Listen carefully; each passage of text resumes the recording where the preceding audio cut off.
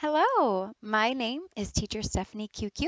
Today I'm doing a mock certification walkthrough for the intermediate, the upper intermediate levels, level 4 and level 5. So this is part A. You will have two different lessons. They're really just a little less than half lessons, but you'll have two different ones to prepare for. They're both in the same PDF file.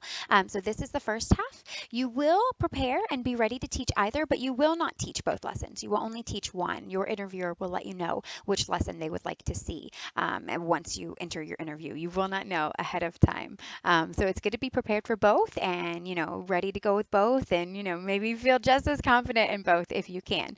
So this is part A. This is the first one, my country, my culture.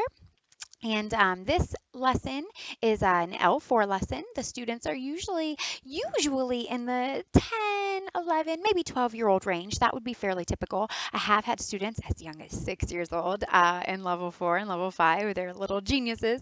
And I've also had students who are, as old as 12, 13 in L4 and L5 as well. So your age range is right within that area. It's based on ability. So that's why the age levels are not always going to be the same. It's based on their English ability.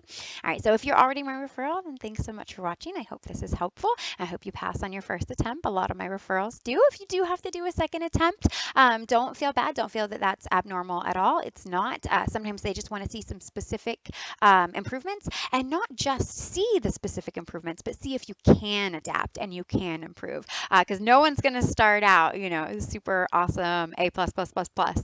You might feel confident and do a great job, and that's wonderful. I'm not saying anyone's going to do a bad job, but once you've done 100 lessons, you'll look back and be like, whew, I am so much better at this now than I was then.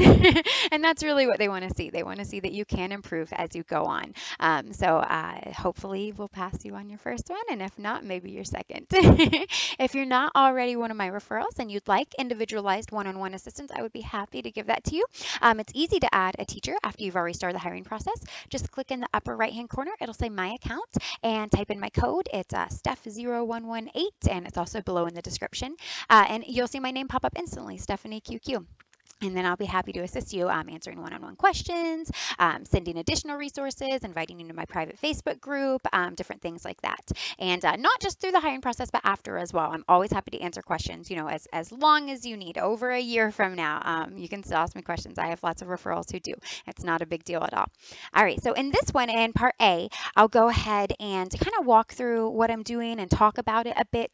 So the lesson will be, or this video will be a little bit longer than 10 to 12 and a half minutes. Your lesson should only take you about 10 to 12 and a half minutes to teach. It's actually, like I said, a little less than a half lesson, and a full lesson is only 25 minutes, 28 if there's any IT or the student comes a few minutes late or anything like that. But we don't want to go over more than approximately 1 minute per slide. It might be a little less for one, a little more for another, but we should be able to finish this fairly quickly. This walkthrough will be a little bit longer because I'll talk about what I'm doing on each slide. You can't see the slides, but I suggest you open them up. I've got mine open. I just can't show them to you because it's not my curriculum. It's VIPKids. But I suggest opening them up and just following along as we go, and I'll explain what I'm doing on each slide, even since you can't see it. On part B, I won't do that. It'll be a much shorter video. That way you can kind of see the appropriate timing and pacing for each slide a little better with that one. Since I won't be talking about what I'm doing, it won't take twice as long. All right, so the introduction slide. On the introduction slide, I don't really read the title to the student. You can if you would like to.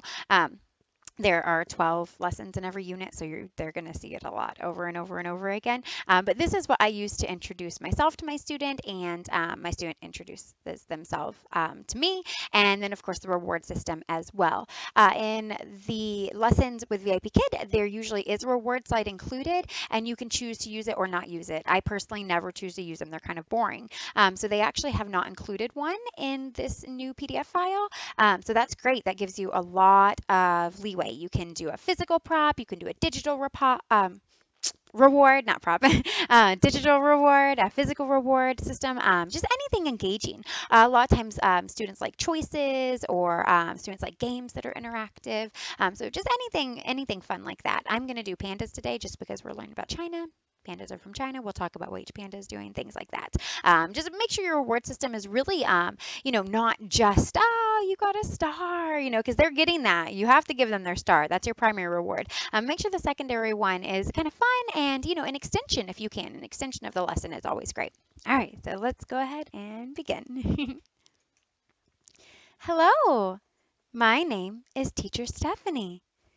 What is your name? Alice. Nice to meet you, Alice.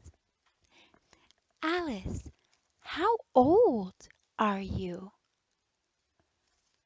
10. Very good, very good. And how do you feel today?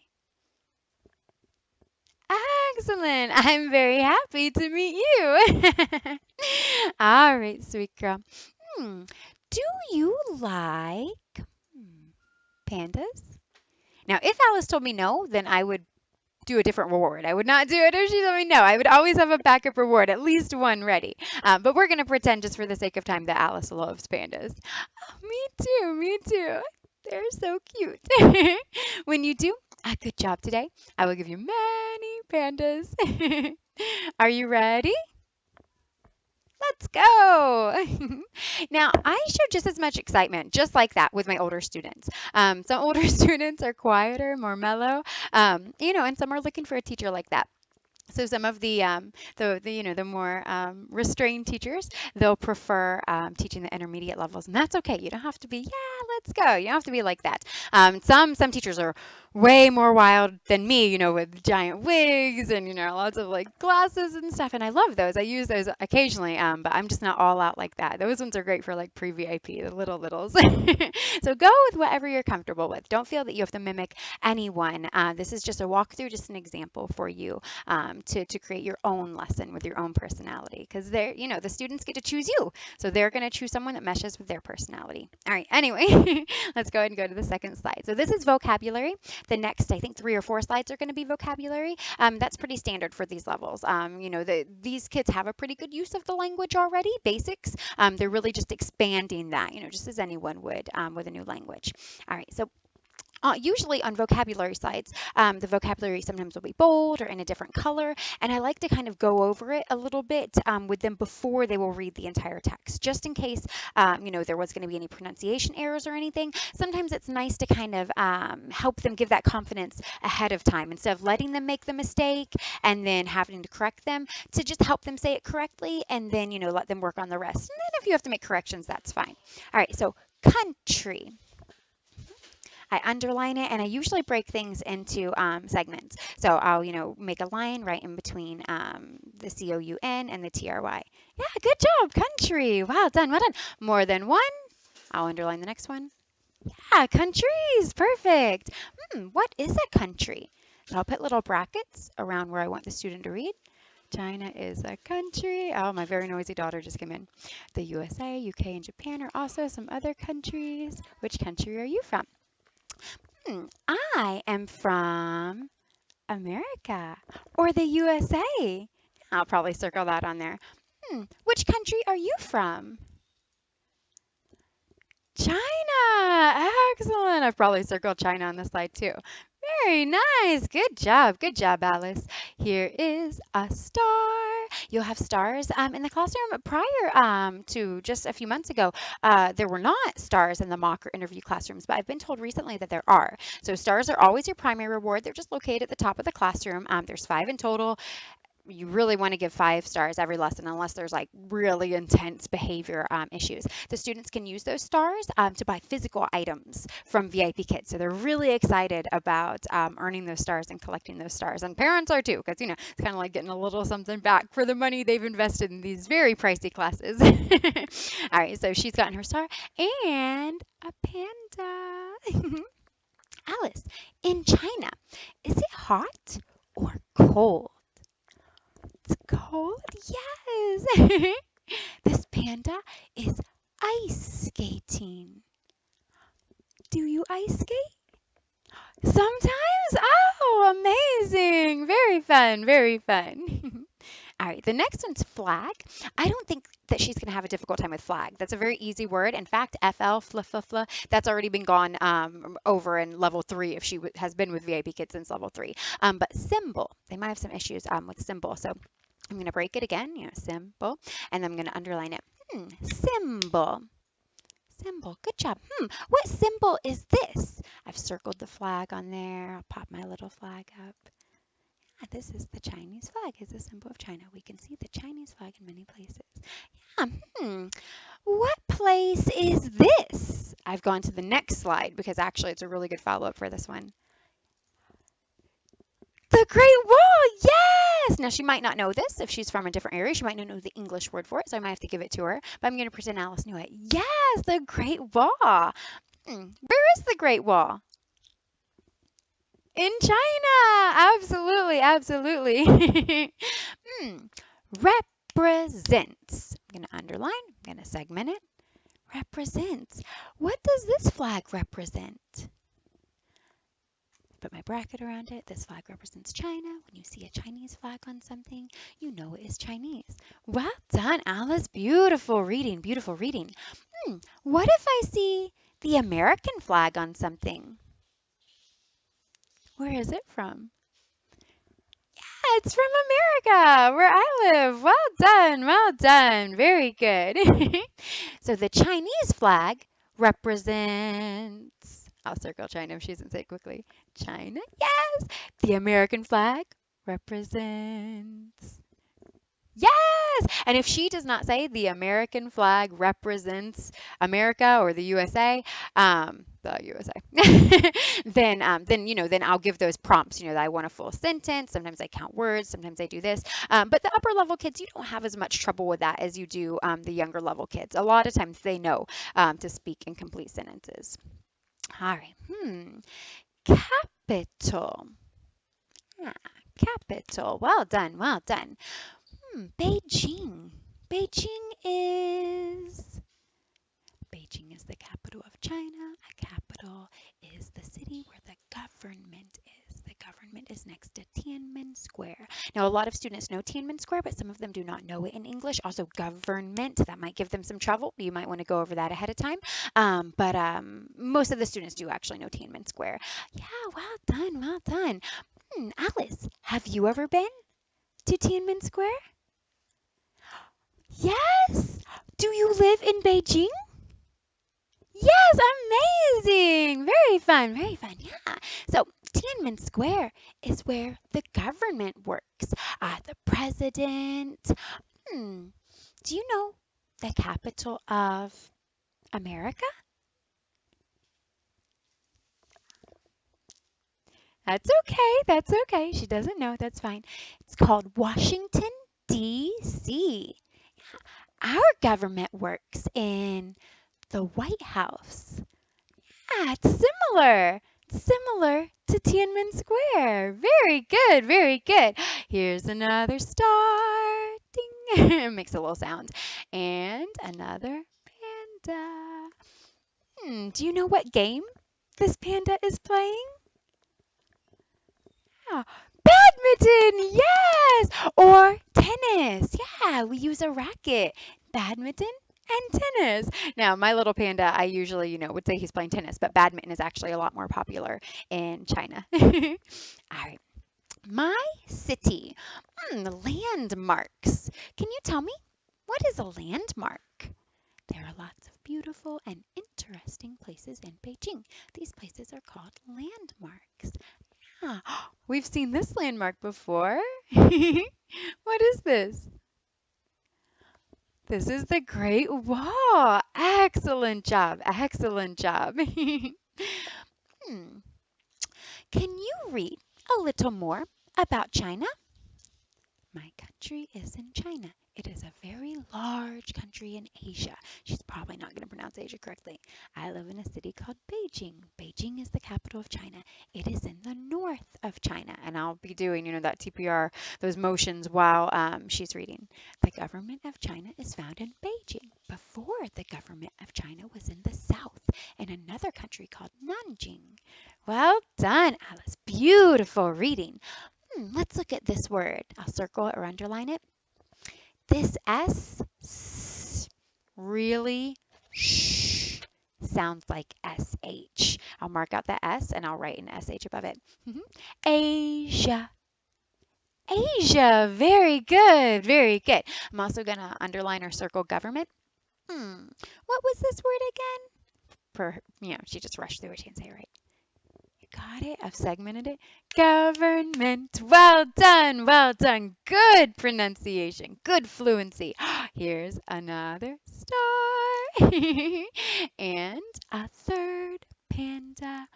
What is this panda eating? Rice. Yes. Do you like to eat rice? Me too. Me too. Oh no, Alice. I need help. I'm going to China very soon. Can you please tell me something about China? All right, so now she's completing a little paragraph with what she's already learned. Now, sometimes they'll forget some of the more complicated words. She might forget capital. She might forget represents. So for those, sometimes I'll go back a few slides. You can go forward and backward as much as you want. So I'm going to go ahead and circle the country up there. This is China. Yeah, she got it. She got it. Beijing is the. Beijing is the. She doesn't know, so I go up one slide. It says Beijing is the capital of China. I'm going to circle capital. Yes, the capital. Well done. Beijing is the capital. That, I'm going to circle it, is the Chinese flag. It is red and yellow. There are 5 stars on the flag. Perfect job. Well done. Well done, Alice. Amazing. All right, sweet girl. Let's look at contractions. Contraction is 2 words squished into 1 word. Are not. Instead of are not, what can we say? Aren't. Well done, well done. We erase the O and add an apostrophe. Now, with almost all of my L4s, extension is really good for them, so I will teach this even though it's not in the lesson. You don't have to if you have a struggling student, which you may, then you might not want to teach apostrophe. You might want to just associate are not means the same thing as aren't. But most of the L4 and L5 students are just sponges of knowledge, so I like to extend as much as I can. I almost always teach them, how to actually turn it into the contraction. Very good, very good. I could say they are not from China, or they aren't from China. Perfect job, perfect job. Do not. What means the same thing as do not? I make mistakes like that in class too. They usually think it's funny. Don't. You got it. You got it. They do not speak Chinese, or they don't speak Chinese. You got it. Well done. Well done. All right, sweet girl. I'm going to underline are not and then underline aren't. You got it. You got it. They are not Chinese landmarks, or Chinese landmark. So this one I don't want to help her. With this one I want her to do both sentences. Perfect. Do not. They do not work for the government. They don't. Excellent job. Do not, don't. You got it. Perfect job. Perfect job. Here's a star and another panda. What is this panda doing? Just sitting. Ooh, relaxing. All right, sweet girl. Hard C makes the k sound like cat. Very good, very good. Soft C makes the sound. Letter S. I write a letter S, above the C or next to the C. C-E. Now I've put brackets around ice, rice, face. Perfect. C-I underline it. City, cigar, pencil. Well done. Beautiful reading. Beautiful reading. All right, sweet girl. That's the end. You did an amazing job. Here's your 5th star. And your 5th panda. Oh, she's so cute. She has a flower. All right, sweet girl, you did amazing today. You earned all 5 stars. Well done, well done. I will see you next time. Goodbye. All right, now obviously, a student actually would not earn 5 pandas or 5 stars in half a lesson. It would take the whole 25 minutes, so that would take a little less time. But with the mock certification, I don't want anyone to think that you're not rewarding often enough, or that you don't understand that your student gets all 5 stars, all 5 secondary rewards. So that's very important to make sure that you have a reward system. If you want to do something like 3 instead of 5, you could probably get away with that, because again, it's not a complete lesson or a full lesson. All right, so that's basically it. Like I said, a lot of times just the segmenting and previewing vocabulary words, that helps a ton. Having, props or hints, usually with the older students, like I said, they catch on and they know the material really well. But sometimes they need reminders, like what colors, red and yellow, they know that, but it just helps them, it gives them that visual. What does it have? It has 5. 5 what? What am I looking for? The flag's pretty simple. But with some of those, you're not really sure what word they're looking for. It could be a multitude of things. So it just helps to have those visual props and reminders. And then, of course, if you'd like to try something digitally as well, there are a lot of different programs. I use ManyCam personally. I like it a lot. I've had no issues with it. Some people use Cam Twist, and SparkoCam, I believe, is another one. So if you're interested in digital rewards, now, do know if you're using digital props, ManyCam as a whole counts as one prop. So if you use 10 different ManyCam images, it's still just one prop. So you should have at least 3 in each lesson. So your whiteboard, that counts as a prop. I use it in every lesson.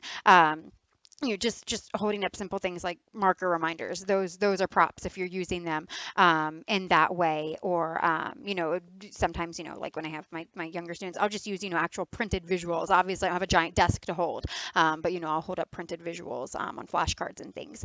So there's a variety of props you can use. Rewards, same thing. Digital rewards are fine. Physical rewards are fine. Just make sure if you do practice with a digital reward program that you do it ahead of time. Just with toggling between the 2 screens, you want to look fluid when you do it. You don't want to be staring, looking for your rewards and things like that. So just make sure that you practice and get nice and smooth with it. All right, so that's the end. We're already over 20 minutes, so chop chop. I know you don't want to watch forever. Thanks so much. And like I said, the second half B, that one will be much faster because I won't talk about what I'm doing. I'll just do it so you can get the feel for the pacing. All right, thanks so much for watching. Have a good day. Bye-bye.